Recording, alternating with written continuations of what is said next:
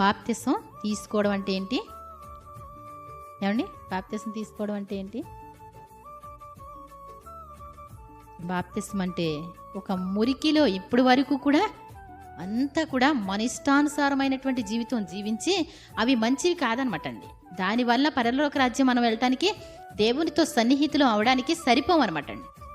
అర్థమవుతుందండి? కాబట్టి ఈ పాపాలన్నీ ఒప్పుకొని నీళ్ళలో బాప్తిసం పొందితే ఈ శరీరంతో చేసిన పాపాలన్నీ కూడా అప్పుడు ఏమవుతాయి అంటే అవన్నీ పాతి పెట్టబడతాయంట. మనం మరి జన్మ స్నానం అంటారు దాన్ని, మళ్ళా లేస్తాం అన్నట్టు.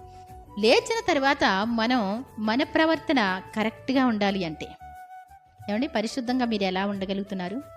పవిత్రంగా మీరు ఎలా ఉండగలుగుతున్నారు అంటే అగ్నిలో బాప్తిస్మ అనేటువంటిది, పరిశుద్ధాత్మల బాప్తిస్మ అనేటువంటిది దేవుడు ఇస్తే గనక వాళ్ళు పాపం చేయలేరండి. దేవుని స్తోత్రం చెప్దాం. వాళ్ళు ఏం చేయలేరు, వాళ్ళు ఇంకా పాపానికి వాళ్ళ జీవితాన్నైనా ఒప్పుకుంటారు, ఒకవేళ కష్టమైన శ్రమైన ఒప్పుకుంటారు, కానీ వాళ్ళు ఏం చేయలేరు. మరి అందరికీ అగ్ని బాప్తిస్తం ఉందండి. ఏమంటే యేసు ప్రభు వారు అగ్ని బాప్తిస్తం ఇస్తారనమాట. అగ్నితో పరిశుద్ధాత్మతో బాప్తిస్తం ఇస్తారు. మామూలు బాప్తిసాలు అందరూ తీసేసుకున్నాం ఏమండి, కానీ మనం ఏం చేయాలంట?